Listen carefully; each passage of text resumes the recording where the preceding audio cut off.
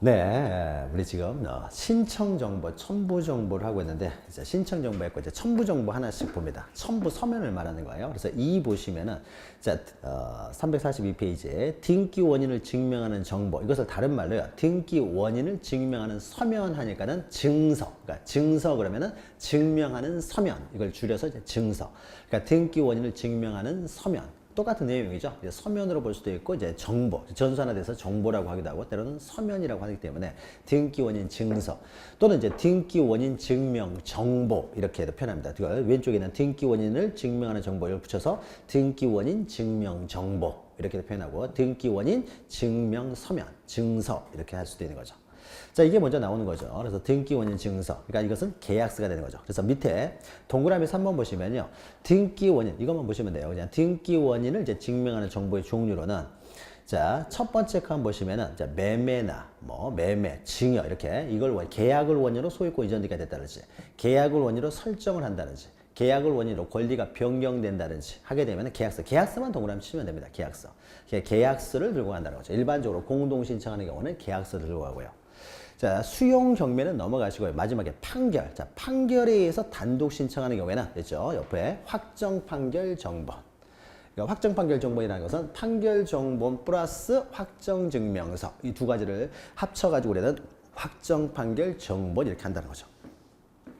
그리고 밑에 등기 의무자가 가지고 있는 매도인이 가지고 있는 등기필 정보를 제공하라는 것인데 이건 첨부 정보로 제공하기 때문에 우리가 앞에 잠깐 다뤘기 때문에 이건 넘어가시고 등기 원인 증명 정보를 제공하고 자 오른쪽에 보시면요 사해가지고요 제3자의 허가동의 승낙 증명 정보 이것은 뭐라면요 만약에요 매매를 원인으로 소유권 이전됐기를 할 때는 매매 계약서 요거죠 매매 계약서 만약에 공동 신청이면 계약서를 들고 가면 되고 단독 신청할 때는 확정 판결 정본을 가져가면 되는데 자 이것만 가져가는 것이 아니라요 일반적인 매매 그러니까 일반적인 토지에 대한 매매를 할 때는 그냥 계약서만 들고 가면 됩니다.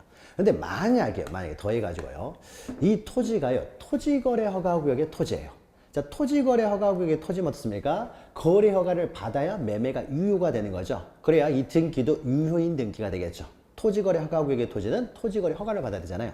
여러분 민법 시간에 나오는 거고 그 다음에 부동산 거래 신고 등에 관한 법률에서요. 중개사법에 나오는 거죠. 만약 토지거래 허가구역이면은 이것은 강행 규정입니다. 그 부동산 투기 억제를 위해서요. 일정한 구역으로 묶어가지고 여기는 그러니까 투기 구역 같은 경우는 이제 토지거래 허가구역으로 묶어버리는 거죠. 그럼 그 구역에서는요. 토지거래 허가를 받아야만이 매매가 유효가 되는 거죠. 그러니까 일반적으로 매매는 두 사람 사이의 의사합치해서 매매 계약서만 있으면 매매가 유효한 것이 되겠지만은 토지거래 허가구역에서는 계약서만으로 매매가 유효한 것이 아니라 어떻습니까? 계약서만으로 유효한 것이 아니라 토지거래 허가까지 받아야 되는 거죠. 그래야 매매가 유효가 되는 거죠. 따라서 이럴 때는 계약서만 들고 와서는 안 되고요. 이 토지가 토지거래 허가구역의 토지다 그러면은 매매에 대해서 허가를 받았다는 토지거래 허가서도 가져오라는 거죠. 토지거래 허가서. 토지거래 허가서. 그러니까 관청의 허가가 필요한 것은 토지거래 허가서예요. 그래서 양가로 2번 보시면요. 토지거래 허가서를 들고 와야 되는 경우도 있다는 거죠. 그러니까 여기서 제3자는요. 보통 행정관청이에요. 행정관청. 그러니까 물론 제3자가 행정관청이 아닌 경우도 있습니다. 여러분이 나중에 임대차 이렇게 할 때는요. 임대차 계약에서 어떻습니까? 임차인이 자신의 임차권을 양도할 때는 어떻습니까? 임차권을 양도할 때는 자 그래서 갑이라고 하는 사람이 임대인이고 을이 임차인인데 임차권을 병에게 양도할 때는요. 임차권의 양도는 을이 등기 의무자, 병이 등기 권리자가 될 텐데 임차권의 양도 같은 경우는요. 임대인의 동의가 필요해요. 그러니까 동의가 필요하기 때문에 두 사람 사이의 계약서만 들고 와서는 안 되고 임대인의 동의서도 들고 와야 된다는 거죠. 그러니까 제3자의 어떤 동의가 필요할 경우에는 그 동의서도 가지고 오라는 거죠. 자, 그러니까 근데 여기서는 이제 여기는 개인이고요. 보통 제3자 허락 정보 이런 거, 승낙 정보 이런 것들은 이제 관청의 허가가 필요한 경우가 특히 이제 중요한데 만약 토지거래 허가구역이면요, 토지거래 허가서도 들고 오라는 거죠. 그래야 매매가 확실하게 유효가 되는 거죠. 그래야 이 등기가 어떻습니까? 유효한 등기가 될 수 있으니까. 그래서 계약서 플러스 토지거래 허가서도 가져오라는 겁니다. 토지거래 허가서. 토지거래 허가서를 요구하는 것은요. 투기억제죠. 투기억제. 그래서 전국이 다 토지거래 허가구역은 아니고요. 일정한 지역만 토지거래 허가구역으로 묶여있는 거죠. 그래서 투기를 억제하기 위해서 토지거래 허가가 필요하기 때문에 토지거래 허가를 받을 필요 있는 것은 그 토지거래 허가구역 내에서요. 돈 받고 유상으로 소유권을 이전한다든지 아니면 지상권을 설정 이전할 때만 필요합니다. 지상권은요, 여러분이 민법 시간에 지상권 배우셨어요? 지상권은요, 거의 소유권에 버금가는 거예요. 그러니까 예를 들면 이렇게 보죠. 갑이라고 하는 사람이 이 토지를 소유하고 있는데요. 을이라는 사람한테 이 토지를 팔 때, 이게 토지가 10억이라고 해보죠. 자, 10억인데 10억 받고 팔 수 있는데요. 팔게 되면 토지거래 허가가 필요하다라고 하니까요. 만약 지상권은 필요 없고 소유권만 필요하다 보면 이렇게 해버리면 됩니다. 갑이 을한테 200년간 토지 사용권을 줘버려요. 지상권은 뭐예요? 영구무한으로 가능합니다. 영구무한으로 하는. 200년간 토지 사용권을 줘버리면 어떻습니까? 실질적으로 이 사람이 소유권을 취득한 것과 똑같은 거죠. 그렇죠? 그러니까 200년간 토지 사용권을 줄 때는요. 지료를 얼마를 받겠습니까? 일시금으로 받게 되면 10억을 받고 200년간 사용권을 주게 되겠죠. 그러니까 지상권이라고 하는 것은요. 소유권 이전에 편법으로 이용될 가능성이 높아요. 자, 그러니까 소유권 이전뿐만 아니라 지상권을 설정하고 이전하는 경우에도 필요하도록 합니다. 그래서요. 동그라미 1번 보시면요. 동그라미 토지거래 허가서가 필요한 것은요. 동그라미 1에 이런 거예요. 나머지는 그냥 모르셔도 되고 일단 이것만 기억하죠. 토지에 대한 유상이라는 건 대가를 받으니까 매매 이런 게 되겠죠. 대가를 받고 어떻습니까? 지상권을 설정한다든지. 무상으로 하면은 이거는 어떻습니까? 무상으로 하게 되면 투기하고는 상관이 없으니까요. 유상, 대가를 받고 지상권을 설정한다든지 또는 소유권을 이전한다든지 하는 겁니다. 여기는 뭐 자세하게 그 밑에 동그라미 3번 이렇게 나와 있는데 그냥 이것은요. 위에다가 토지거래허가서 위에다가 쓰면 이렇게 돼요. 위에 토지거래허가서가 필요한 것은 유상으로 대가를 받고 소유권을 이전한다든지 아니면 유상으로 지상권을 이제 설정한다든지 또 그 지상권을 이전한다든지 이런 경우에 이제 토지거래허가서가 필요합니다. 그러니까 임대차 계약할 때는요. 이런 경우는 토지거래허가가 필요 없어요. 토지거래허가 구역에서 임대차 계약할 때는 토지거래허가가 필요 없고 유상으로 소유권 이전이나 지상권 설정 이전할 때만 필요합니다. 이전할 때 필요해요. 이런 경우에는 관청에서 허가를 해주는 거죠. 시장군수구청장이 허가를 해줍니다. 자, 그러면 판결에 의해서 계약서를 들고 가는 것이 아니라 판결에 의해서 단독 신청해서 판결문 들고 갈 때도 토지거래허가서가 끼워 들어가야 되느냐? 이때도 끼워 들어가야 돼요. 이 판결은 사법부에서 판단한 거죠. 사법부의 판단에 의해서 행정부의 토지거래 허가까지 대치하는 여력은 없습니다. 그러니까 판결에 의해서는요. 이 사람이 판결에 의해서 이 사람이 판결문을 이거죠. 을이 갑에게 이전등기 청구권이 있다라는 거예요. 매매 계약을 했다. 이전등기 청구권이 있다. 이런 거 사법부의 판단일 뿐이기 때문에요. 행정부의 심사를 대치하는 효력까지는 없다는 거죠. 그러니까 판결에 의해 단독 신청하는 경우에도 토지거래 허가서는 함께 들어가야 됩니다. 지금 여기까지만 보죠. 그래서 동그라미 4번 보시면 이게 있죠. 판결에 의한 토지를 취득하는 경우에도 필요하다는 거예요. 판결. 그러니까 단독 신청하는 경우에도 이때도 토지거래 허가서는 필요하다.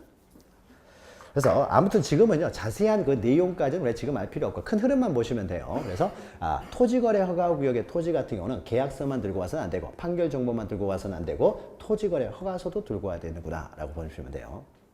또 이럴 수도 있습니다. 만약 이 토지가 토지거래 허가구역은 아니에요. 그런데 이게 농지예요. 농지.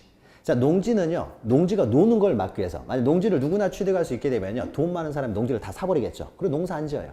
그 다음에 어떻습니까? 쌀값이 폭등을 하게 되면 그때 농사를 지으면 되는 거죠.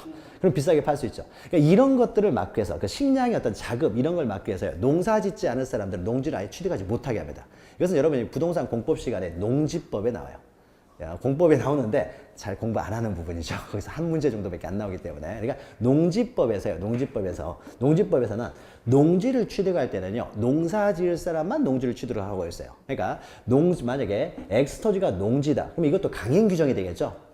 공익과 관련된 내용이잖아요. 그러니까 농지를 취득할 때는 농사 지을 사람만 취득해라. 라고 했으니까요. 농사 짓지 않을 사람이 만약에 농사를 짓지도 않은 사람이 소유권 이전되기가 되면요. 이런 경우는 농사 짓지 않은 사람이기 때문에 이것도 무효예요. 강행규정 위반이 되니까. 그래서 농지였을 때는요. 내가 농지를 취득할 수 있는 자격, 농사 짓겠다라는 농지 취득 자격 증명. 농지를 취득할 수 있는 이것도 이제 군청 뭐 이런 데서 발급해 주는 거죠. 그래서 농지 취득 자격이 있다라는 것을 증명하는 농지 취득 자격 증명서를 또 첨부해 두도록 합니다. 그러니까 토지거래 허가구역이 아니라고 하더라도 만약에 이게 농지였을 때는요. 농지취득 자격증명서를 함께 가져오라고 합니다. 그러니까 계약서하고 농지였을 때 농지취득 자격증명서.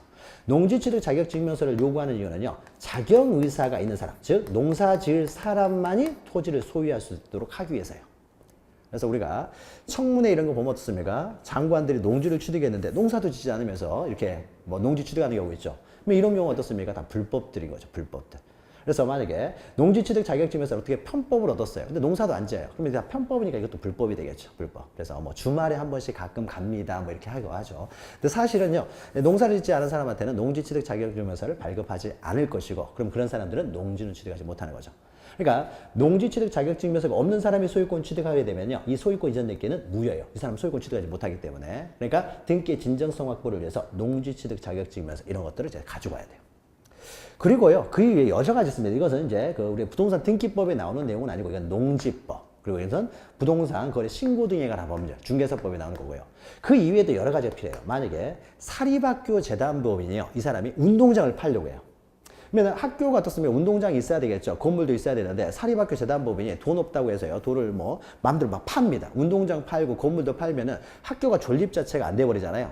그러면 이제 뭐 어떻게 돼요? 학교가 존립 자체가 안 되면 학교의 재정 건전화가 안 되면 어떻습니까? 이런 경우에는 공익과 연결되는 거죠. 학생들이 이제 학교를 못 나가게 되잖아요.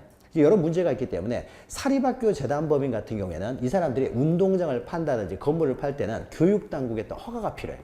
함부로 이렇게 팔 수 있도록 해서는 안 되겠죠. 그럼 그런 경우는 이제 교육당국의 허가 이런 게 필요한 거죠. 그러니까 계약을 했다고 무조건 가져가는 것이 아니라 이런 거래에 대해서 여러 가지 제한이 들어가 있으면은 그 관청의 제한을 통과했다는 서류들을 가져오라는 거죠. 관청의 허가서 뭐 이런 거 가져와야 돼요. 근데 이런 것들이 어떻습니까? 수십 개가 있겠죠. 종류는 엄청나게 다양하겠죠. 다양한데 이걸 다 배우는 것은 아니고요. 그 중에 대표적인 것이 이제 토지거래가서 농지취득 자격증명서니까 이 두 정도만 기억하시면 돼요. 그리고 뭐 관청의 뭐 이렇게 허가서들이 또 필요하기도 하는데 이런 것들은 이제 넘어가시고요. 그래서 양가로 3번 보시면은 옆에다가 그냥 자경의사 이렇게만 쓰면 돼요. 농사 지을 사람들만 농지를 취득하도록 한다는 거죠. 농사를. 그러면 이 경우에도요, 계약서를 들고 갈 때도 농지취득 자격증명서를 가져가고요. 판결서를 가져갈 때도요, 이거는 행정부에서 해주는 거잖아요. 그러니까 판결서를 가져가는 경우에도 농지취득 자격증명서는 따로 가져가야 됩니다. 그래서 아무튼 여기서는요, 계약서만 들고 가는 것이 아니라 등기 원인, 매매를 원인으로 소유권 이전 등기를 하려고 하는데 이 등기의 진정성 확보를 위해서 매매에서 허가를 받아야 되는 경우는 허가서 따로 가져야 되고 소유권 취득하기 위해서는 또 이렇게 허가가 필요하다. 그러면은 소유권 취득하기 위한 증명서들, 그러니까 따로 첨부해 가야 된다는 거죠. 그래야만 등기의 진정성이 확보가 되니까. 자, 여기 보시면 돼요. 그러니까 이건 등기 원인하고 연결되는 거죠. 계약서 들고 갈 때 이런 것도 함께 필요하면 가져가야 된다는 거죠. 자, 그 다음 넘기시면은 5번 보시면 등기상 이해관계에 있는 제3자의 승낙 등을 증명하는 정보가 있는데 이것은 좀 복잡한 내용이니까 이제 넘어가고요. 이것은 등기부상에 지금 여기서 나타나는 것이 아니기 때문에 이건 넘어가고 나중에 합니다. 그 다음에 6번 보니까 어떻습니까? 이제 요 두 개 했죠. 요거 했죠. 매매한 거고요. 그 다음에 어떻습니까? 부동산 표시 대장 들고 가는 것이고, 이건 좀 이따 나오겠네요. 오른쪽에 나오는 거고. 그 다음에 신청에 증명서류로 주민등록등본 가져가는 거겠죠. 바로 주민등록등본 나오죠. 그러니까 주소 증명서면 이것이 바로 주민등록등본을 말합니다. 자, 그러면 주민등록등본은요, 사실, 자, 이렇게 생각해 보죠. 가백에서 을 앞으로 이전 등기가 되면은요, 지금 현재 이 상태에서 어떻습니까? 이 상태에서 을만 새로 기입을 하잖아요. 그렇죠? 을만 새로 기입을 하기 때문에 사실은 을의 주민등록등본만 있으면 되는 거죠, 사실은. 갑은 이미 기입돼 있으니까요. 을만 새로 기입하기 때문에 을의 주민등록등본만 가져가면 되겠죠. 그러니까 일반적으로는요, 만약에 갑이라고 하는 사람이 소유자인 상태에서요, A은행으로 돈을 빌리면서 A한테요, 저당권을 설정합니다. 저당권을 설정 등기를 해요. 뭐 5억을 빌리면서 저당권 설정 등기를 한다고 해보죠. 그러면 갑은 이미 등기부에 기입돼 있고요. A라는 사람만 새로 기입을 하는 거잖아요. 그러니까 A라는 사람의 성명, 주소, 주민번호만 기입하면 되기 때문에요. 이 A 어떻습니까? 주민등록등본만 가져가면 됩니다. 원칙적으로. 그래서 새롭게 등기부에 기입되는 사람의 주민등록등본만 가져가면 되지 갑의 주민등록등본까지 가져갈 필요는 없는 것이 원칙이에요. 없는 게 원칙인데 다만 소유권을 이전할 때는 소유권 이전만 예외적으로요. 소유권 이전 등기가 가장 중요한 등기이기 때문에 이때는 정말로 갑이 맞는지를 또 한 번 확인하기 위해서요. 갑의 주민등록등본도 가져오라고 합니다. 그래서 밑에 보시면요. 주소증명정보는 원칙은요. 등기 권리자, 즉 새로 등기 명의이 되는 사람, 그 사람만 기록하면 되기 때문에 그 사람의 주민등록등본만 가져가면 됩니다. 그래서 주소증명정보라는 것이 바로 주민등록등본인데 다만 해가지고 있죠. 소유권 이전 등기, 이게 가장 중요한 등기이기 때문에 소유권 이전 등기를 신청할 때는 을의 주민등록등본은 당연히 필요하며 갑의 주민등록등본도 가져라고 해요. 그러니까 두 사람 모두 주민등록등본을 가져옵니다. 그러니까 매도인도 주민등록등본 가져가는 거죠. 보통 일반적으로. 그래서 소유권 이전 등기 할 때는 주민등록등본도 가져간다라는 것이죠. 자, 그 다음에 내용은 그냥 넘어가시고요. 오른쪽에 보시면요. 뭐 주민등록번호 위에다가 옆에다 그걸 지우고요. 외국인 등록번호로 쓰세요. 외국인 등록번호. 자, 내국인들은 어떻습니까? 주민등록번호가 있기 때문에 그 주민등록번호를 적으면 됩니다. 그래서 주소증명정보에서 주민등록등본만 가져가면 되는데 외국인도 소유할 수 있다고 그랬죠. 근데 외국인이 만약에 외국인이 소유하게 되면 이 사람이 성명 주소를 적은 다음에 주민등록번호가 없을 거 아니에요, 외국인은. 그러니까 이 사람은 등기를 하기 위해서는요, 외국인 등록을 해야 되고, 외국인 등록하면 외국인 등록번호를 줍니다. 그 외국인 등록번호가 내국인의 주민등록번호하고 비슷한 역할을 하는 거예요. 그래서 외국인 같은 경우는 외국인 등록번호가 있어야 되고요. 그 다음에 오른쪽에는 이제 부동산 등기용 등록번호라는 것은 법인이나 비법인 사단, 비법인 재단일 때요. 자, 그 애들은 어떻습니까? 주민등록번호가 없으니까 부동산 등기용 등록번호라는 게 있어야 돼요. 그래서 그것을 기록합니다. 그래서 외국인은 외국인 등록번호, 법인이나 법인 아닌 사단, 법인 아닌 재단, 이 비법인 같은 경우는 부동산 등기용 등록번호를 적는데 이거는 그렇게 중요한 건 아니에요. 중요한 건 아니기 때문에 그냥 우리 내국인 사람이면 그냥 주민등록번만 가져가면 된다는 거죠. 밑에는 그래서 동그라미 2번 보시면 뭐 부동산 등기용 등록번호랄지 외국인 등록번호, 이제 부여기관 이렇게 나오는데 이런 것들은 단순한 암기예요. 그러니까 거기 나오는 사람 보면 국가, 지방자치단체, 국제기관, 외국 정부, 법인, 또 제외 국민, 법인 아닌 사단, 법인 아닌 재단, 외국인. 그러니까 뭐예요? 내국인 사람은 없죠. 그러니까 이런 사람들은 외국인 등록번호라든지 부동산 등기용 등록번호가 있어야 되는데 그럼 그 번호를 누가 부여해 주느냐인데요. 이건 단순한 암기예요. 그러니까 이런 것들은 그냥 넘어가시면 돼요. 우리가 등기법 할 때는요, 암기사항은 안 보시는 게 나아요. 안 보시고 우리가 이해를 통해서 이해할 수 있는 것까지만 하면 됩니다. 이것도 어쩌다 한 번씩 나오는데 잘 나올 가능성이 없으니까 이건 외울 필요가 없고 이런 것들은 버리는 거예요. 그러니까 외우다 보면요, 요거만 이게 뭐 한 10년에 한 번 나오는데 어떻습니까? 이거 외우고 있다가 안 나오면 뭐예요? 의미가 없죠. 그러니까 다른 거 이해하는 게 훨씬 중요합니다. 자, 그러면요, 그냥 주민등록번호까지만 기억하시고요. 그 다음에 이제 우리 등기원인 증명정보, 그 다음에 주민등록 등본 했고요. 그 다음에 이제 8번 보시면 대장 등본이죠. 바로 대장이 부동산 표시 증명하는 정보가 되겠죠. 그래서 대장만 동그라미 치면 되겠죠. 대장 등본. 대장을 가지고 가는 경우는요, 4가지만 대장을 들고 가는데 이것은 나중에 하니까 그냥 소유권 이전 등기 두 번째 있죠. 동그라미 2번 보시면 소유권 이전 등기 할 때는 대장을 들고 간다라는 것만 기억하시면 돼요. 자, 대장은 부동산 표시를 증명하는 정보이기 때문에 표제부 기록할 때는 항상 대장을 들고 가야 되죠. 말 나왔으니까 한번 보죠. 1번 보시면 소유권 보존 등기. 소유권 보존 등기 할 때는 등기부가 개설되기 때문에 표제부터 써내려야 되겠죠. 그러려면 대장이 있어야 될 거 아니에요. 그러니까 대장 들고 가는 거죠. 그 다음에 3번하고 4번. 3번 보죠. 부동산 표시 변경 경제 등기. 앞에 부동산 표시죠. 부동산 표시 지목이 바뀌었어요. 지목이 바뀌었다는 걸 증명하기 위해서 대장 들고 가야 될 거 아니에요. 대장이 먼저 바뀌어야 되기 때문에. 그래서 대장 들고 가서 바꿔달라고 해야 되는 거죠. 그 다음에 4번 멸실등기요. 자, 멸실등기가 되려면 어떻습니까? 지적공부에서 먼저 바다로 된 토지 등록말소가 먼저 돼야 되는 거죠. 그래야 등기부에 멸실등기를 할 수 있는 거죠. 대장에 토지가 있는데 등기부에서만 멸실등기를 해버릴 수는 없는 거죠. 그래서 멸실등기도 어떻습니까? 이것도 대장이 먼저 바뀌고 멸실등기를 하는 거예요. 그러니까 어떻습니까? 이것도 대장 들고 가야 되겠죠. 그러니까 1번하고 3번하고 4번은요, 다 표제부에 기록하는 등기예요. 표제부를 기록하기 위해서는 반드시 대장을 들고 가야 되는 거죠. 그런데 이제 소유권 이전 등기만 예외가 돼요. 자, 만약에 보죠. 갑이에게서요, A에게로 저당권 설정 등기를 합니다. 표제부는 기입할 게 하나도 없어요. 그냥 저당권 설정 등기만 합니다. 저당권 설정 등기만 하기 때문에 대장을 들고 갈 필요가 없는 거죠. 뭐 바뀐 게 없으니까, 표제부 기록할 사항이 없으니까. 그러니까 저당권 설정 등기는 권리만 등기하는 경우에는요, 이런 경우에는 대장을 들고 갈 필요는 없습니다. 그러나 유일하게 소유권 이전 등기만, 항상 소유권 이전 등기가 가장 중요하기 때문에 정말로 이 물건 파는 거 맞느냐 확인한다는 거죠. 자, 그래야 등기의 진정성이 확보되는 거죠. 갑과 을 사이에는 뭐 X 넘겼는데 Y가 등기돼버리면 안 되고 하는 거기 때문에, 그래서 소유권 이전 등기할 때는 따로 표제부를 기록하지는 않지만은 이때도 또 대장은 들고 가라고 합니다. 그러니까 소유권 이전 등기할 때가 가장 필요한 서류가 많이 들어가요. 그래서 동그라미 2번 보시면은 소유권 이전 등기를 하는 경우에도 대장은 들고 간다는 거죠. 그래서 대장인데요. 자, 대장과 관련해서 9번 보시면 도면이 있죠, 도면. 그러니까 대장과 관련해서 만약에 부동산에 대해서 만약에 여기에 전세권 등기를 한다고요. 전세권. 저당권이 아니라 전세권 등기를 합니다.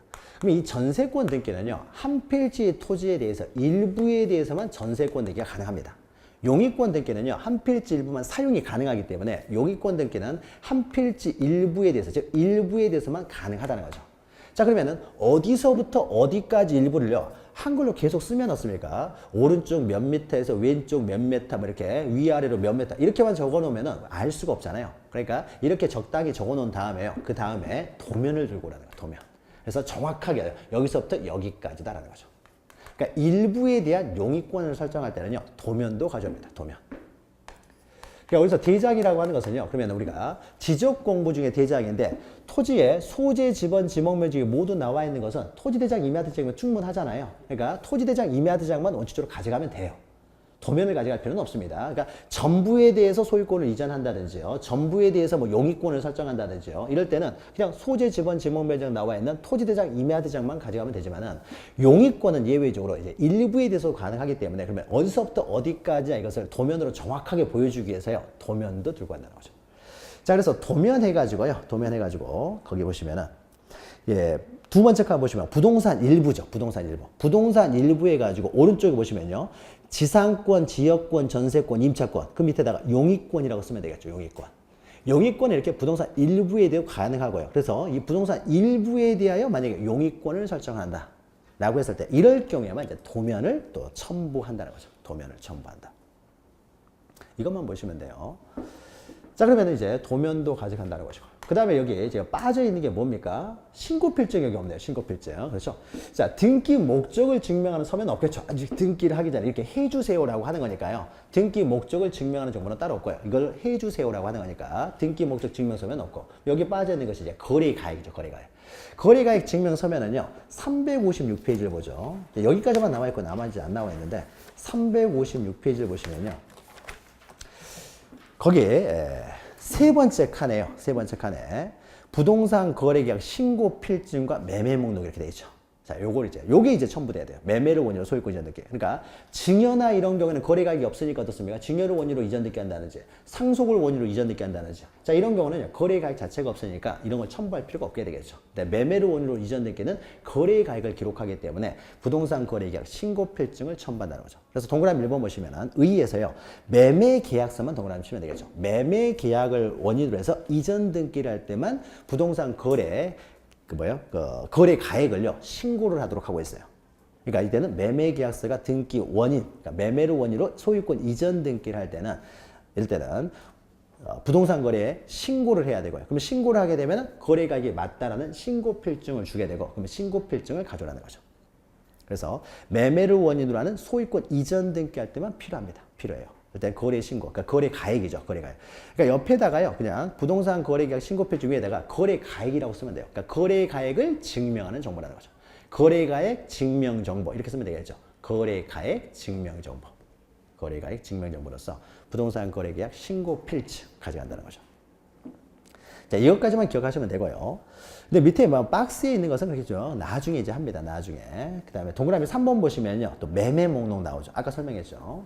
만약에 부동산 거래 계약 이제 신고 필증을 받아오는데 만약에 부동산이 하나가 아니라 2개 이상이면 매매 목록을 작성한다는 거죠. 그래서 밑에 매매 목록에 첨부해서 거래 부동산이 2개 이상인 경우 또는 거래 부동산이 1개라고 하더라도 매도인이 여러 명이라든지 매수인이 여러 명인 경우에는 이럴 경우에는 한 사람이 10억을 다 받는 것이 아니다. 한 사람이 10억을 다 지급하는 것이 아니다. 이것을 밝히기 위해서 매매 목록을 작성한다는 거죠. 그래서 부동산 거래 신고 필증하고 매매 목록을 가져간다는 거죠. 그리고 나온 김에 2번 보시면요. 거민 계약서에서 거민에도 동그라미 치십시오. 거민.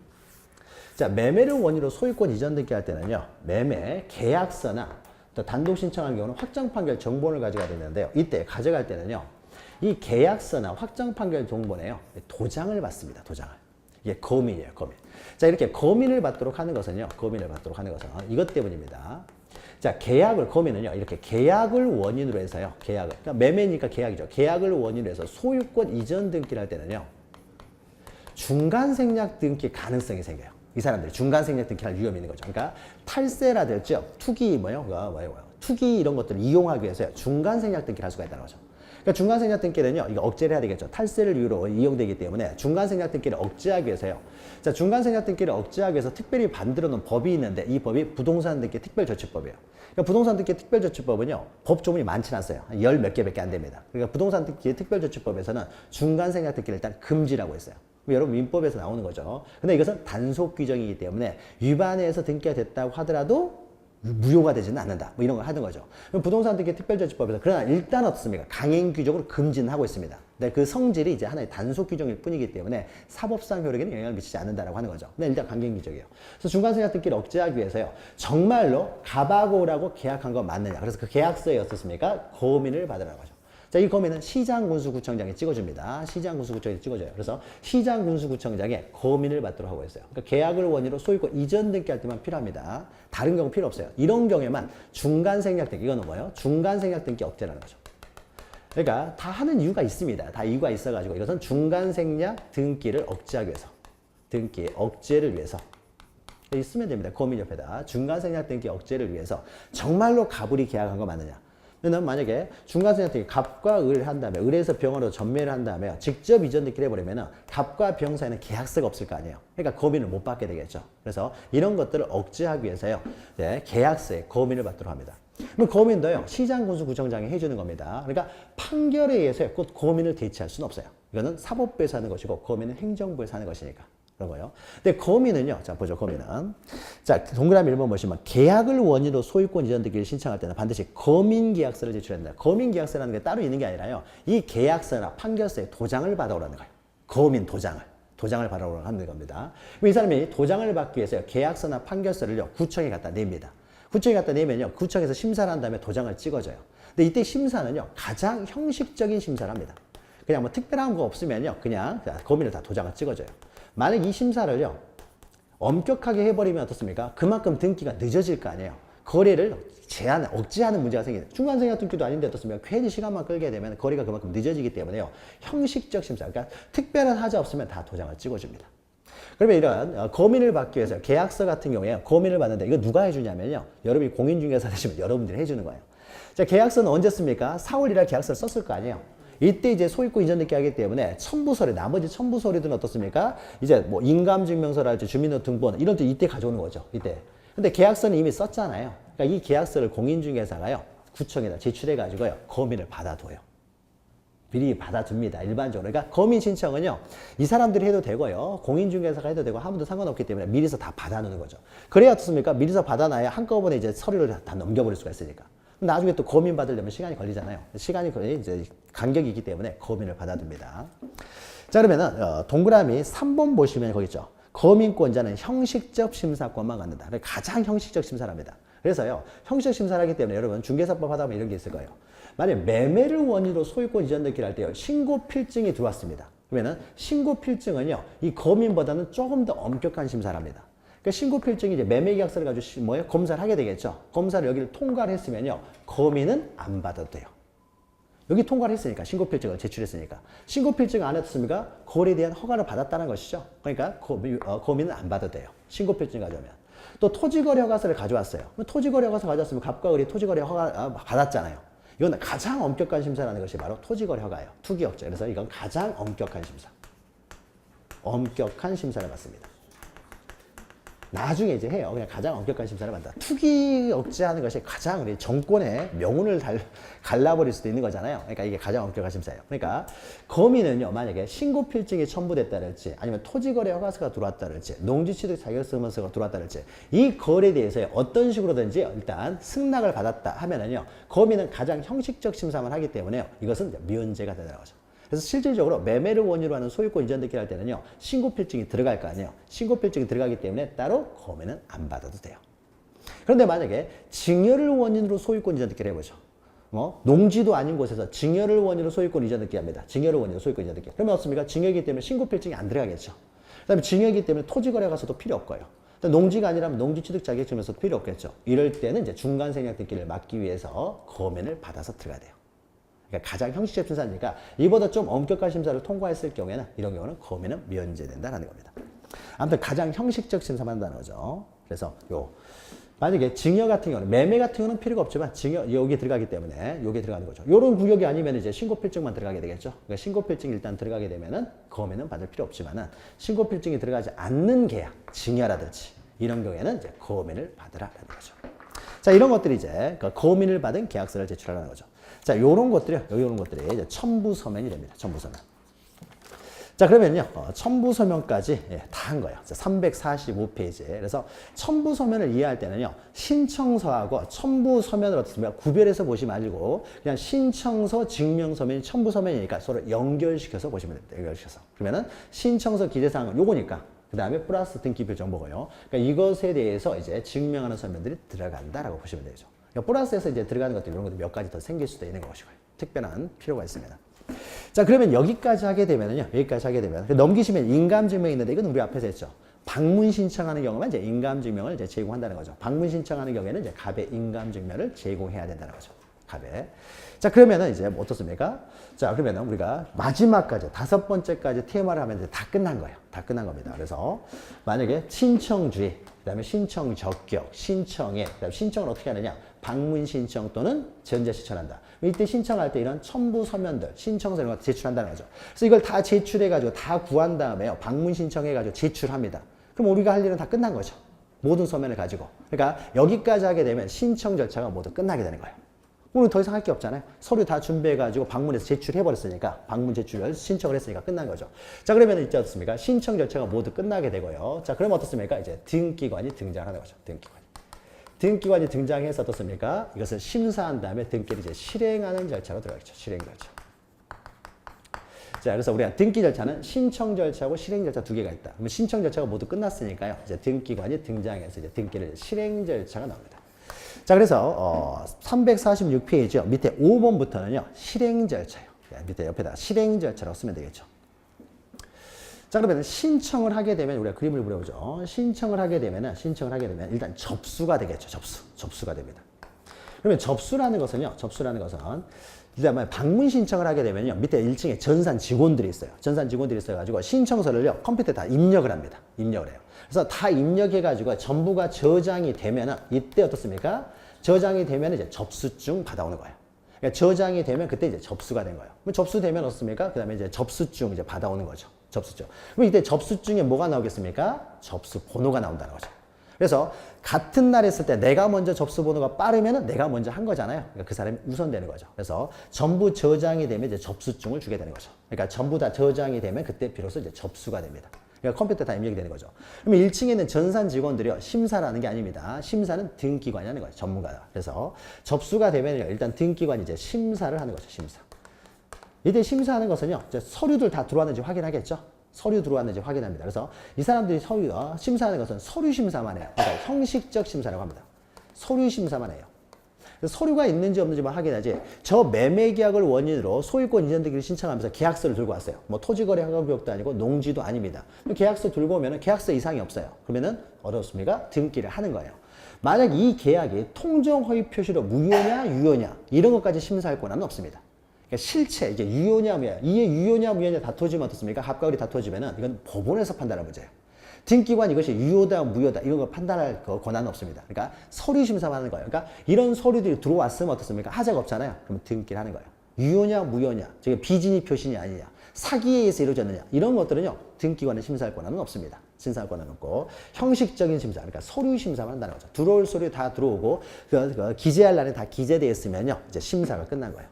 그래서 심사를 통과했으면 어떻습니까? 등기를 이제 실행하게 되겠죠. 실행한다는 것은 등기 페이지 하나씩 어떻습니까? 신청서 보고 기록을 하는 거예요. 하나씩 기록하는 거죠. 그래서 을 앞으로 소유권 이전 등기 하면 이제 사람 이름 쓰고 뭐 주소, 주민번호 쓰고 소유권 이전 등기, 매매 원인 일자 이런 거 쓰는 거죠. 기록하는 거. 기록하는 것이 바로 이제 실행이 되는 거죠. 실행. 자, 그래서 기록이 모두 끝났습니다. 기록이 다 끝나면은 이제 완료. 그러니까 기록이 다 끝난 다음에 완료 버튼을 딱 클릭을 하게 되면 이제 전산으로 하기 때문에요. 완료 버튼을 클릭을 하게 되면 이제 비로소 완료가 됩니다. 기록이 다 끝나면 이제 완료가 되는 거죠. 완료가. 그러니까 이런 순서로 이루어집니다. 그래서 접수하고요. 그다음에 심사를 통과하면 심사를 한 다음에 심사를 통과하면 이제 실행으로 들어갈 것이고 실행이라는 것이 바로 이제 기록하는 것이 될 것이고요. 기록이 다 끝나가지고 완료 버튼을 클릭하면 이제 완료가 된다는 거죠. 자, 그러면 완료는요 언제 완료된 걸로 보냐면요. 등기관이요 한 사람만 있는 게 아니겠죠. 그래서 공무원의 어떤 그 앞에 있는 컴퓨터들은요 컴퓨터도 있습니다. 여기가 1호 등기관, 여기 2호 등기관. 편의상 이렇게 하는 거고 실제로는 사람 이름이 있겠죠. 우리가 무슨 짝짓기 할 때 1호, 2호 이렇게 하듯이. 등기관이 여러 명이 있을 거 아니에요. 그래서 1호, 2호 이제 세 사람이 있다고 해보죠. 세 사람이. 그래서 등기관이 3호 등기관이 있어요. 자, 이러면요 공무원의 앞에 컴퓨터는요 전부 다 보안이 걸려 있어요. 그러니까 아무나 거기다 이용할 수가 없습니다. 보안이 걸려가지고요. 그 보안을 다 비밀번호 치고 이제 열리는 거예요. 아무나 사용하면 안 되기 때문에요. 자, 그러면은 이 등기를 누가 했는지를 알아야 나중에 등기가 잘못됐을 때 어떻습니까? 그 사람한테 책임 소재를 물을 수가 있는 거죠. 그래서 다 보안이 걸려 있어가지고요. 그러니까 이 사람이 여기 와서 등기할 수는 없어요. 이 컴퓨터로. 할 수는 없습니다. 그럼 나중에 얘가 책임지는 거예요. 얘가. 그러니까 다 아무나 사용할 수 없도록 그러니까 남의 자리를 앉아서 컴퓨터를 사용하면 안 됩니다. 그래서 보안이 걸려 있어서 다 이제 비밀번호를 치고 들어가는 거예요. 그래서 이제 컴퓨터가 열리는 거예요. 그리고 난 다음에 등기 업무를 합니다. 그럼 만약에 1호 등기와 2 등기를 했을 때는요, 등기가 완료됐다는 것은 누가 등기를 했는지 알 수 있는 조치를 해야 돼요. 그래야 이제 누가 등기했는 줄 알아야 나중에 문제가 생겼을 때 책임을 물 수가 있잖아요. 그러니까 보통 공무원들이 하는 어떻습니까? 서류 작업, 컴퓨터에 했을 때는요, 그 안에 식별 부호가 내장되어 있어요. 그러니까 컴퓨터 고유 번호들이 있습니다. 고유 번호들이. 고유 번호, 이것을 누군지 식별하는 식별 번호라고 해요. 식별 번호. 식별, 부호, 번호, 이렇게 할 수 있어요. 번호. 이런 것들이요, 컴퓨터에 다 내장돼 있어가지고, 아, 이 컴퓨터는 1호 등기가, 이 컴퓨터는 2호 등기가, 이것은 3호 등기가 이렇게 딱 정해져 있습니다. 그래서 안에요, 식별 부호들이 다 이제 저장돼 있어가지고, 이 사람이 1호 등기가 다 기록한 다음에 완료 버튼을 딱 클릭하면요, 이 컴퓨터에 내장되는 식별 부호가 바로 부여가 돼요. 그래야 어떻습니까? 누가 등기를 했는지 알게 되겠죠. 그래서 우리가 완료됐다는 것은요, 누가 등기를 했는지 알 수 있는 조치를 취했을 때 비로소 완료가 돼요. 그러면 알 수 있는 누가 등기를 했는지 알 수 있는 조치는요, 각 등기관에게 부여되어 있는, 실제로는요, 이 사람 외우고 있는 게 아닙니다. 컴퓨터에 내장돼 있어요. 그래서 그 식별 부호가 어떻습니까? 식별 부호가, 식별 번호, 이런 것들이 이제 부여가 되면은 동시에 부여됩니다. 완료 버튼을 클릭하면서 내장되는 식별 번호가 동시에 부여가 되겠죠. 자, 그러면은 비로소 완료가 되는 거예요. 완료. 이런 과정을 거칩니다. 그래서 식별 번호가 부여가 되면 비로소 이제 다 기록한 다음에 동시에 이루어지는 거죠. 완료 버튼 클릭할 때 식별 번호가 동시에 기록이 되기 때문에 그러면 비로소 이제 완료가 되는 거죠. 자, 그러면은요. 근데 이제 다만 문제는요. 접수해서 심사를 했는데 이거는 등기할 수 없는 것에 대한 등기 신청이 들어왔어요. 그러니까 다이아몬드 반지가 있는데 이거 좀 등기 좀 해달라고 하는 거죠. 이건 등기할 수 있는 게 아니잖아요. 또 점유권, 내가 점유권을 가지고 있으니까 점유권 등기 좀 해달라고 합니다. 점유권 등기할 수 있는 게 아니죠. 근데 이 사람이 등기를 신청해서 왔다고 하더라도 어떻습니까? 그거는 실행할 수가 없잖아요. 그러면 이때 심사를 통과하면 실행을 하겠지만은 만약에 심사를 통과하지 못하면 어떻습니까? 실행을 거부하겠죠. 실행을 기록을 거부하는 거죠. 자, 이렇게 실행을 거부하는 것을 뭐라고 하냐? 이것을 각하라고 합니다. 각하. 실행을 거부한다는 거죠. 그래서 각하 사유가 없으면, 실행을 거부할 사유가 없으면 실행으로 들어갈 것이고, 만약에 등기할 수 없는 것에 대한 등기 신청이 들어오면요, 실행할 수가 없기 때문에 그때는 실행을 거부하고 바로 각하를 하게 됩니다. 각하. 자, 이런 것들이 이제 등기 이제 실행 절차와 관련된 내용이에요. 등기가 실행이 다 끝났으면 이제 완료가 됐어요. 그러니까 각하 사유가 없으면 실행을 해서 기록하고 완료가 되면요, 거기서 끝나는 것이 아니라 우리가 지적 공부 정리할 때도요, 정리됐다 끝나는 게 아니죠. 뭐 합니까? 등기 촉탁하고요. 또 등기, 소유자한테 통지하고 하는 거죠. 여기서도 마찬가지로 등기가 완료되면은 거기서 끝나는 것이 아니라 완료의 절차로 몇 개가 나옵니다. 그 대표적인 예가요. 자, 이쪽으로 보시면은 처음에 등기를 신청할 때는 갑이 가지고 있는 등기필 정보를 제공했겠죠. 근데 이제 을 앞으로 등기가 완료가 됐어요. 그럼 어떻습니까? 을한테 새로운 권리증을 줘야 되겠죠. 작성해서. 그러니까 을한테 등기필 정보를, 새로운 등기필 정보를 작성해서 교부를 해줘야 되겠죠.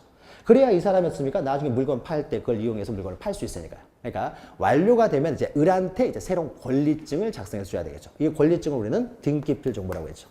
그러니까 새로운 권리자 을한테, 그러니까 신청할 때는 갑이 가지고 있는, 등기 의무자가 가지고 있는 권리증을 제공을 하는 거고, 그래서 등기가 다 이제 을 앞으로 등기가 끝나면 어떻습니까? 이제 을한테 새로운 이제 등기필 정보, 권리증을 어떻습니까? 작성해서 통지를 해주는 거죠. 통지를 해줍니다. 그러니까 우리가 등기필 정보 왔으면요, 이런 게 이제 주는 거죠, 그한테. 그래야 이걸 가지고 어떻습니까? 이 사람이 또 소유권을 넘길 수가 있으니까요. 자, 그래서 등기필 정보를 작성 통지해주고요. 그 다음에 갑과 을이 공동 신청했으면 이제 갑에게도 을뿐만 아니라 갑에게도요, 등기가 끝났다는 걸 통지를 합니다. 그래야 이제 갑이라는 사람이 이제 완전히 넘어갔구나. 그러니까 등기를 하는데 시간이 좀 걸립니다. 걸리다 보니까 넘어갔구나라고 알아서 이제 새로운 물건을 또 살 수도 있고 하는 거죠. 그러면은 그 신청인에게만 통지해 주는 것이 아니라요. 자, 소유자가 갑에게서 을로 바뀌었어요. 그럼 뭐 고쳐야 돼요? 지적 공부 고쳐야 될 거 아니에요. 그러니까 지적소관청에 뒀습니까? 소유자 바뀌었으니까 빨리 소유자 정리하라고 통지를 해줘야 되겠죠. 그 다음에 갑에게서 을로 소유권이 넘기면요, 가장 먼저 소유권이 넘어가는 곳이 등기부라는 거죠. 그러면 이제 등기부로 갑에게 소유권이 넘어갔으니까 을에게도 갑한테 세금 걷어야 되겠죠. 근데 소유권이 갑에게서 을로 넘겼다는 사실을 어떻습니까? 세무서는 모를 거 아니에요. 모르니까 어떻습니까? 세무서장한테도 통지를 해주는 거죠. 양도소득세 걷어라. 상속으로 넘어갔으면 상속세 걷어라. 증여로 넘어갔으면 증여세 걷어라. 라고 해야 되겠죠. 그래서 여러 가지 관청에요. 가장 먼저 소유권이 넘어가는 곳이 바로 등기부이기 때문에 여러 가지 없습니까? 신청인 뿐만 아니라 지적소관청 세무서장에게요, 등기가 완료되었다. 즉 갑에게서 을에게로 등기가 완료되었다는 등기 완료 통지를 또 이제 여러 가지 관공서라든지 신청인들에게 다 하게 된다는 거죠. 이것까지 하게 되면 모든 절차가 이제 끝나게 됩니다. 그러니까 실행 절차는 어떻습니까? 또 이렇게 실행 절차는 아주 이렇게 뭐 복잡한 내용은 아닙니다. 한 번에 끝낼 수가 있어요. 이렇게 순서대로 시간 순서대로 쭉 정리를 하시면 됩니다. 그럼 이게 실행 절차예요. 그러면 하나하나씩 보죠. 요 내용들을. 근데 요것만 기억하시면 되기 때문에 실행 절차는 뭐 아주 뭐 이렇게 지금은 뭐 깊이 알 필요는 없고요. 자, 그러면 자, 먼저 가장 먼저 어떻습니까? 접수를 한다는 거죠. 접수예요. 그러면은 접수를 하게 되면요. 거기 밑에 있죠. 접수해 가지고요. 자, 등기의 신청 정보가 제출될 때는 등기관은 등기 신청을 접수할 의무가 있습니다. 신청하면 무조건 접수 의무가 있어요. 그러면 우리가 나중에 하겠지만 뒤에서 나오는데요. 자, 그러면은 의리 소유권을 취득하는 시기예요. 의리 소유권을 취득하는 시기는 의리 앞으로 등기가 완료됐을 때 그러면 이때 소유권을 취득하느냐. 자, 이렇게 하면 이런 문제가 발생하는 거죠. 을이 먼저 등기를 신청했는데요. 병을 나중에 신청한 병을 먼저 등기를 해줘버리면 병이 소유권을 취득해버리는 거죠. 순서가 뒤집어져 버리잖아요. 내가 먼저 신청했는데 나중에 신청한 사람을 먼저 등기를 완료해버리면 그 사람이 먼저 소유권을 취득해버리는 거잖아요. 자, 그래서 뭐 결국 등기관이 어떻습니까? 권리 순서를 마음대로 정할 수 있게 되는 거죠. 자, 이런 것들을 막기 위해서요. 등기가 완료가 되면 이때부터 효력이 발생하게 되면 등기관이 그 권리의 순서를 정할 수 있게 되니까 이런 걸 막기 위해서 완료가 되면요. 접수시로 소급하여 효력이 발생한다고 해요. 접수시부터 효력이 발생하는 거예요. 그래야 어떻습니까? 등기관이 마음대로 고치지 못하게 하는 거죠. 그러면 접수시요. 그러니까 우리가 접수일자가 그만큼 중요하다는 거죠. 그래서 우리 등기 보면 접수일자죠. 그러면 등기가 완료되면 이 사람이 소유권을 취득하는 날짜는요. 등기가 완료된 날짜가 아니라 접수한 날짜에 소유권을 취득해요. 그러니까는 접수일자를 적는 거죠. 접수일자를. 그래서 접수시로 소급한다. 그래서 그런데 만약에 접수를 어떻습니까? 등기관이 마음대로 거부할 수 있다고 하게 되면은 등기관이 어떻습니까? 내가 오전에 신청했는데 거부하고 오후에 들어오는 등기를 먼저 접수해버리면은 등기 순서도 또 어떻습니까? 등기관이 마음대로 정해버리는 문제가 생기는 거죠. 이런 걸 막기 위해서 일단 접수를 하게 되면 무조건 접수는 해줘야 돼. 신청을 하게 되면 무조건 접수를 하도록 의무를 규정해 놓고 있어요. 등기관이 권리의 순서를 마음대로 바꾸는 걸 막기 위해서죠. 그래서 접수할 의무가 있습니다. 자, 그러면 일단 접수가 되면은, 이게 뭐요? 이제 접수할 의무가 있고요. 자, 오른쪽 2번 보시면요. 그럼 언제 접수된 걸로 보느냐? 접수된 걸로냐? 자, 등기 신청 정보가 전산 정보 처리 조직, 그러니까 컴퓨터에 모두 저장이 되면은 그때 접수된 걸로 본다는 거죠. 그러니까 우리 신청을 하게 되면은 전산 직원들이 이걸 다 저장을 합니다. 그러면 저장이 다 되면은 접수된 걸로 보고, 그때 어떻습니까? 접수증 주는 거죠. 접수증. 그래서 접수증에 이제 접수번호가 나오는 거죠. 그래서 같은 날 접수를 했을 때는 접수번호가 빠른 사람이 우선이 된다. 그러니까 우리가 권리 등기는 접수일자를 적고 그 밑에 접수번호를 적었던 거죠. 접수번호. 다 등기부에 기록된 내용들은 다 의미가 있다는 거죠. 의미가 있으니까 적어놓는 겁니다. 그런데 만약에 어떻습니까? 전자신청을 해버리면 어떻습니까? 전산 직원들이 이렇게 저장하는 어떻습니까? 이런 수작업을 할 필요가 없죠. 바로 저장이 돼버리는 거죠. 전산으로 넘어와 버리니까. 그러니까 바로 저장이 되고, 그러니까 바로 접수가 돼버려요. 그러니까는 전산으로 만약에 전자신청을 하게 되면 바로 저장이 되고 바로 접수가 되기 때문에 바로 어떻습니까? 생성이 됩니다. 컴퓨터에 생성이 되는 거예요. 접수번호가. 그래서 그게 이제 접수번호가 되는 것이고, 방문 신청을 했을 때는 그 전산 직원들이 접수증을 주는 거죠. 접수증. 그럼 거기에 이제 접수번호가 나오게 되는 거죠. 자, 그러면 이 보시면요. 이제 접수가 되어 저장이 되면은 이제 위층에 있는 등기관들이 이제 하나하나 심사를 하게 됩니다. 그래서 등기 신청에 대한 심사해 가지고요. 등기 신청에 대한 심사에서 동그라미 1번 형식적 심사주의. 그러니까 등기 서류 심사만 한다는 거죠. 이게 형식적 심사주의입니다. 서류 심사만 한다는 거죠. 서류 심사만. 그 다음에 2번 심사의 기준 시기가 있는데요. 그러면은 심사를 할 때요. 자, 요걸 생각해 보죠. 원래 이 지역은요. 토지거래 허가구역이었어요. 토지거래 허가구역. 근데 토지거래 허가구역인데 토지거래 허가서를 안 가져왔습니다. 그러니까 안 가져와가지고 지금 신청을 하는 거예요. 신청을 해가지고 일단 신청을 하면 이제 접수가 될 텐데 토지거래 허가구역인데 만약에 토지거래 허가서도 가지고 오지 않았는데요. 접수가 일단 됐어요. 자, 접수된 다음에요. 근데 문제는 그러면 어떻습니까? 토지거래 허가서가 안 들어왔기 때문에 이 사람은 실행을 거부하게 되겠죠. 그래서 토지거래 허가서가 없기 때문에 이제 각하를 하게 되겠죠. 근데 각하를 하려고 했는데 문제는요. 문제는 심사하는 과정에서 이것이 토지거래 허가구에서 여기서 해제가 돼버렸어요. 풀렸다는 거죠. 토지거래 허가서. 허가구에서 풀렸어요. 자, 그럼 이때는 등기를 해줘요? 말아요? 해줘야 되겠죠. 해제가 됐으니까. 더 이상은 이제 등기를 어떻게 보면 거부할 필요가 없어졌잖아요. 이제는 심사가 끝났으니까. 그러면 어떻습니까? 이때를 만약에 기준으로, 접수시를 기준으로 만약에 각하를 해야 된다. 만약에 심사를 한다 그러면 어떻습니까? 이건 각하를 해야 되는 거죠. 토지거래소가 안 들어왔으니까. 그러나 이때를 기준으로 어떻습니까? 심사를 하게 되면은 해제가 됐으니까 등기를 실행하게 되겠죠. 자, 그러면 심사의 기준시는 어디가 되겠어요? 실행시가 되죠. 실행시. 이때를 기준으로 해가지고 만약에 풀렸으면은 실행을 하는 거죠. 그러나 만약에 이때를 기준으로 해버리면 어떻습니까? 각하를 해야 되잖아요. 그러니까 우리가 심사하는 기준시는 실제로 실행할 때, 그러니까 이 실행할 때까지 만약에 토지거래 허가법만 해제만 되면은 실행을 해준다는 거죠. 그래서 심사는 접수시가 아니라 실행시를 기준으로 한다는 거죠. 실행시. 그래서 밑에 있는 거죠. 실행시. 그래서 동그라미 2번 심사 기준시는 등기부에 기록하는 때, 그러니까 기록이 뭐예요? 실행시가 되겠죠. 실행하는 때, 이때를 기준으로 하는 것이지, 오른쪽 보시면 등기 신청 정보를 제공하는 때 또는 접수하는 때, 이때를 기준으로 하는 것이 아니다라는 거죠. 신청시나 접수시가 아니라 실행시를 기준으로 해서 판단을 한다는 거죠. 자, 그 다음에 6번은요. 6번이 좀 어려운 내용인데, 각하 있습니다. 각하가 좀 어려운 내용인데요. 우리가 앞에서 잠깐 설명드렸죠. 그래서 각하와 관련돼서요. 만약에 자, 심사라는 과정에서요. 심사를 하려고 하는데 어떻게 돼요? 접수된 서류들이 문제가 있다는 거죠. 등기를 실행할 수 없으면 각하를 한다는 거예요. 각하. 근데 서류 심사만 하는데요. 서류 심사만 하는데 만약 이 사람이요. 주민등록등본을 안 가져온 거예요. 그러니까 매수인이 주민등록등본만 가져오고 매도인이 주민등록등본을 안 가져왔어요. 그러면 안 가져왔으니까 하나 빠져있죠. 하나 빠져있으면요. 그러면은 바로 각하를 해가지고요. 각하를 해버리면 이제 신청이 없는 것이 되니까. 그러면 다시 주민등록등본 가져와가지고 다시 등기를 신청을 하게 되면요. 등기 넣습니까? 접수 시에 효력이 발생하기 때문에 내 등기 순위가 늦어져 버리겠죠. 이때 원래 효력이 발생한 것인데 각하가 됐으니까 어떻습니까? 각하가 됐으니까 이 절차 다 끝난 다음에 다시 신청을 하고 다시 접수를 해야 되겠죠. 그럼 그만큼 어떻습니까? 접수 일자가 늦어지기 때문에 내가 손해를 볼 수가 있는 거죠. 자, 그런데 서류 하나 잠깐 실수했다고 해서 손해를 보게 해서는 안 되겠죠. 그래서 서류 하나가 빠졌다 그러면요. 이 사람들 심사하는 과정에서 주민등록등본이야 없는데요 라고 했을 때는 보정을 명할 수가 있습니다.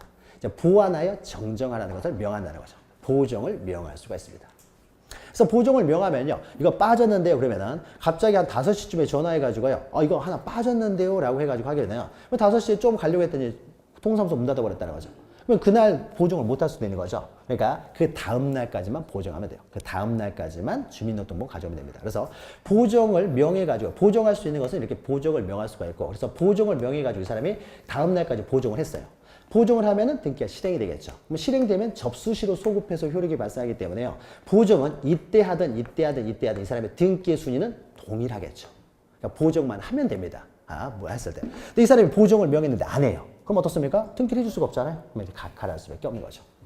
자, 그래서요, 등기 신청이 각하해가지고요. 자, 등기관은 제29조에서 규정한 각하사유, 이건 나 조금 이따 설명합니다. 각하사유 중 어느 하나에 해당하는 경우에만 이유를 적은 결정으로 신청을 이제 각하한다. 각하는 실행을 거부하는 걸 말합니다. 밑에 실행 거부라고 쓰시면 됩니다. 다만 옆에 있죠. 신청이 잘못된 부분이 보정이 될 수가 있어요. 그러니까 보완하여 정정이 가능하다는 거죠. 자, 이런 경우에는 보정을 명할 수가 있고, 이때 신청인이 등기관이 보정을 명한 날에 그 다음 날까지만 서류를 가지고 오면 잘못된 부분을 정정하면 보정을 하게 되면 이제 각하하지 않는다는 것이죠. 각하하지 않는다. 그리고 이제 각하 사유가 중요한데요. 우리 어떤 경우에 각하하느냐는요. 우리 부동산 등기법에서요. 자, 등기 신청을 했는데 어떻습니까? 함부로 각하를 하게 해서는 안 되겠죠. 실행을 거부해서는 안 되기 때문에 우리가 등기 신청하는데 함부로 실행 거부를 하도록 해서는 안 되기 때문에요. 우리 부동산 등기법 29조에서는요. 이런 경우에만 각하할 수 있다라고 딱 규정을 해놓고 있어요. 29조입니다. 그래서 밑에 보시면요. 각하 사유 해가지고요. 이게 옆에다가 29조라고 쓰면 돼요. 부동산 등기법 29조에 있습니다. 그래서 29조, 각하사유 옆에다 29조라고 쓰시면 되고요.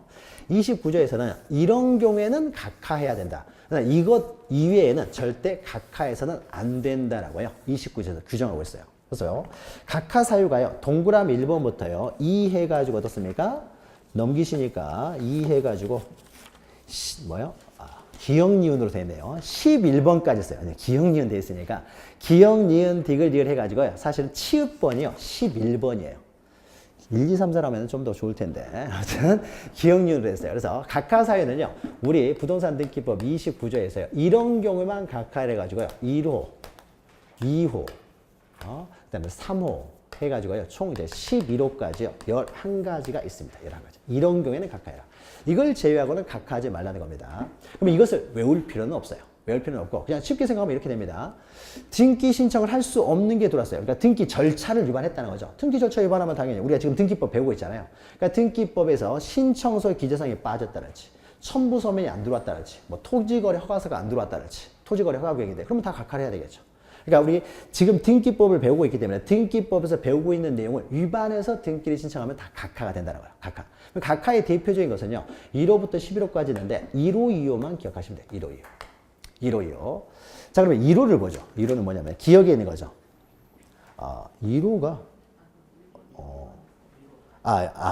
저기 돼 있네요. 이것을 제가 잘못했네요.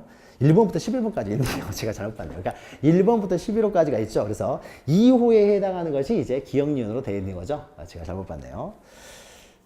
자, 그래서 1번 보시면 어떻습니까? 사건이 등기소의 관할이 아닌 경우. 그러니까 쉽게 말하면 어떻습니까? 관할 위반이 되겠죠. 관할 위반. 자, 등기소는 다 관할이 있습니다. 그래서 인천에 있는 부동산은요. 인천 등기소에서만 등기를 할 수 있어요. 자, 그래서 대전에 있는 부동산은 대전 등기소에서만 등기를 할 수가 있습니다. 자, 그러니까 만약에 인천에 있는 부동산을요. 대전에 와서 등기를 신청하면요. 이 사람들은 등기할 권한이 없어요. 권한이 없으니까 어떻습니까? 등기를 할 수가 없잖아요. 그러니까 이제는 무조건 각하를 해야 되겠죠. 그래서 설명을 해줘야 되겠죠. 그건 인천에 있는 부동산이니까 인천 가서 등기를 신청하십시오. 해야 되겠죠. 그러니까 대전 우리는 권한이 없습니다. 그러니까 관할 위반이 되면 이건 권한이 없다는 거죠. 권한이. 등기할 권한이 없으니까 당연히 각하를 해줘야 되겠죠.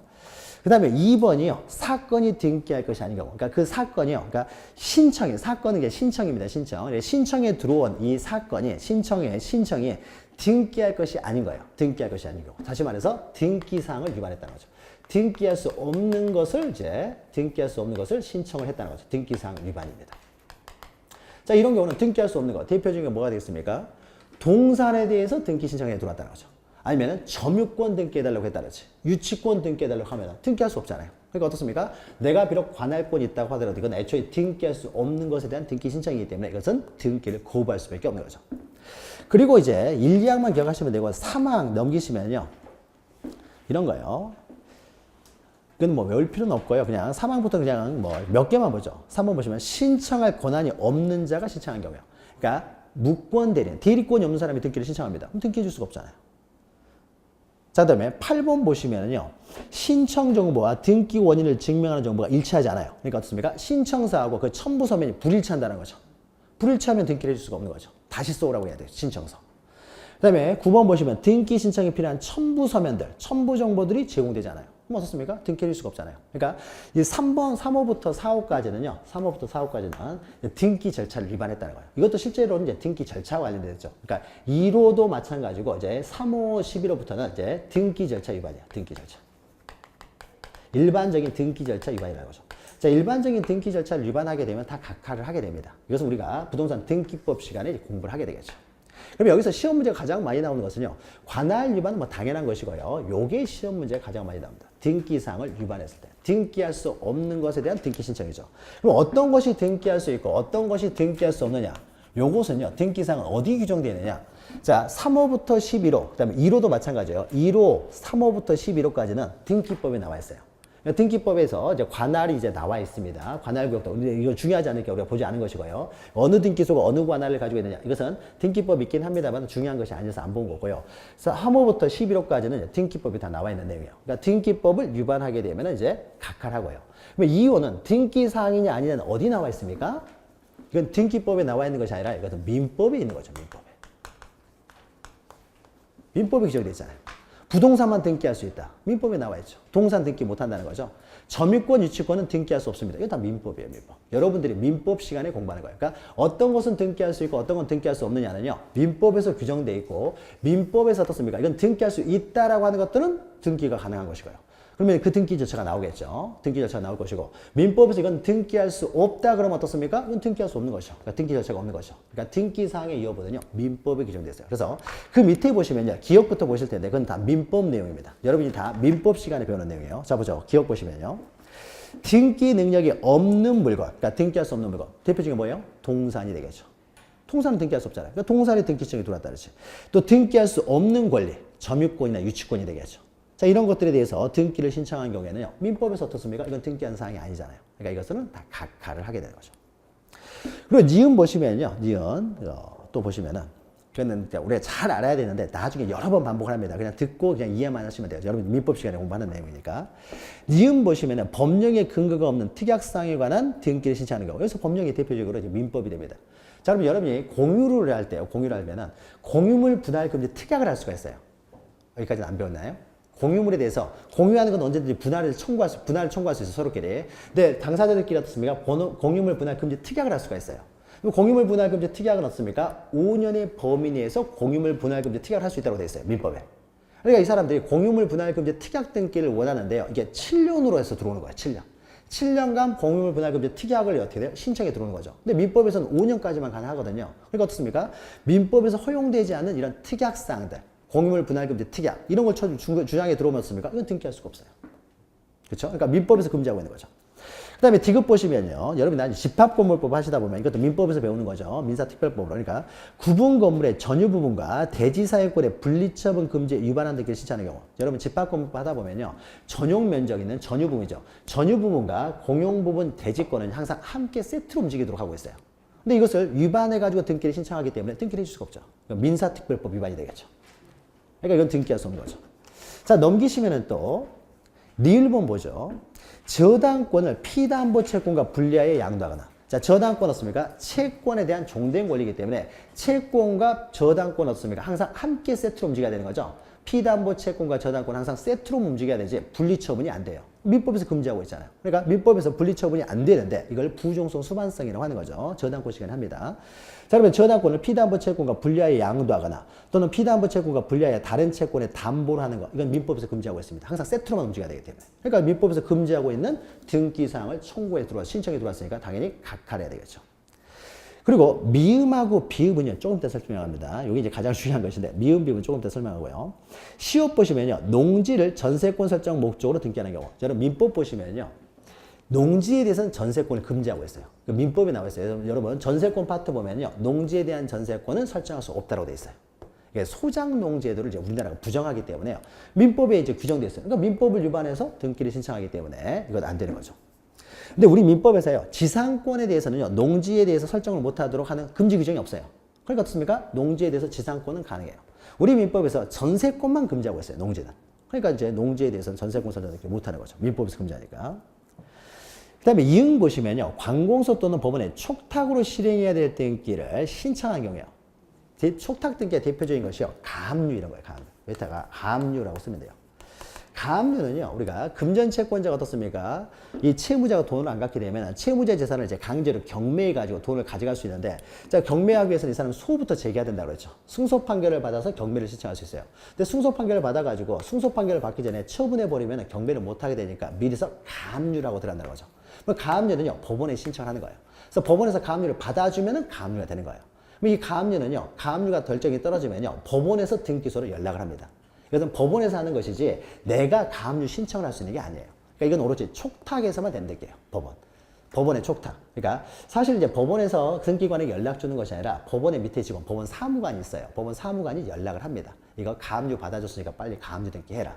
그럼 이게 촉탁에 의해서 이루어져요. 그러니까 촉탁에 의해서 이루어지는 등기니까 이것은 신청할 수 있는 게 아닙니다. 그러니까 가압류 등기를요, 야, 법원에서 가압류 받아줬으니까 빨리 가압류 등기 해달라고 아무리 이 사람이 요구를 해도요, 법원 사무관한테 연락이 없어요. 그럼 등기를 못 해주는 겁니다. 그러니까 촉탁에 의해서 실행될 수밖에 없는 등기를 신청하는 경우는요, 카카할 수밖에 없어요. 너는 권한이 없다는 거죠. 신청할 권한이. 그 다음에 지읒 보시면 이미 보존 등기된 부동산에 대해서 다시 보존 등기 신청, 중복 보존 등기는 금지가 되니까 이런 것도 없습니까? 안 되겠죠. 뭐예요? 다 민법에서 정해져 있는 민법. 그러니까 민법을 위반한 등기할 수 없는 사항, 즉 등기사항이 아닌 것들에 대한 등기를 신청하면 각하를 한다는 거죠. 각하. 자, 그 다음에 미음하고 비읍을 설명을 드려야 되는데, 시간이 또 이렇게. 미음, 비읍이 극히 중요해요. 시험 문제는 이제 미음, 비읍이 많이 나오는데, 자, 요 내용은 어쩔 수 없이 잠시 쉬었다가 해야 되겠네요. 시간이. 이거 좀 설명이 좀 길어집니다. 여러분, 민법 시간에 이제 공부를 하셔야 되는 내용인데, 설명이 길어지니까 잠시 쉬었다 보도록 하죠.